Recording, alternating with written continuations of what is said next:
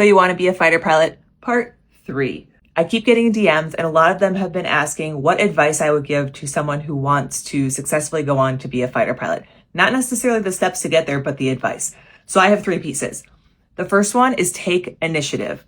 If you reach out to me and say, hey, I want to be a fighter pilot, I don't know where to start, I'll be honest, I'm not super impressed because there is so much good free information.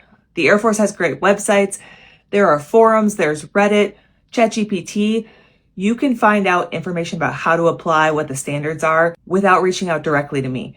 But if you come to me and say something like, hey, I've already looked into applying to ROTC, I'm wondering what major makes the most sense. Or I'm headed to USAFA this fall and I want to know about XYZ. We can work with that. Okay, so take initiative. The second is focus on the next closest alligator to the boat. Being a fighter pilot is a long-term goal, especially when you're in high school or early in college, and it can be overwhelming. So what I always tell people is map out the steps to success in that long-term goal and then dial your focus in to the next closest alligator to the boat. What is that next step you need to worry about? That keeps you moving forward and from hitting that point of overwhelm. And honestly, that's a mentality that will serve you well through commissioning, through pilot training, and into the cockpit beyond that. All right, third piece of advice. Find your balance of grace and discipline. So discipline is what you need to get accepted and make it through these programs, right? That's the GPA, that's the fitness, that's the fortitude to keep moving forward. But like I said, it's a long road and you will burn out if you don't figure out a way to give yourself enough grace to recharge during that journey. And when I say the balance of grace and discipline, here's an example.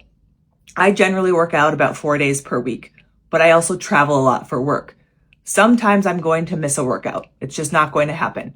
When that happens, I don't feel guilty about it. I don't dwell on it. I just chalk it up as a loss, but I don't miss 2 workouts in a row. So I give myself grace for having a busy schedule, but I keep that discipline of not letting it derail my entire plan. So find a way to recharge without completely lowering your standards.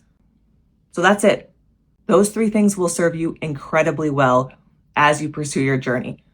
What other questions do you have? Let me know in the comments. Oh, and if you do have questions about the actual process of becoming a fighter pilot, how to commission, and then how to succeed in those commissioning sources and eventually in pilot training, I did 2 other parts to this, part 1 and part 2. So scroll back, check those out. This one's more about advice.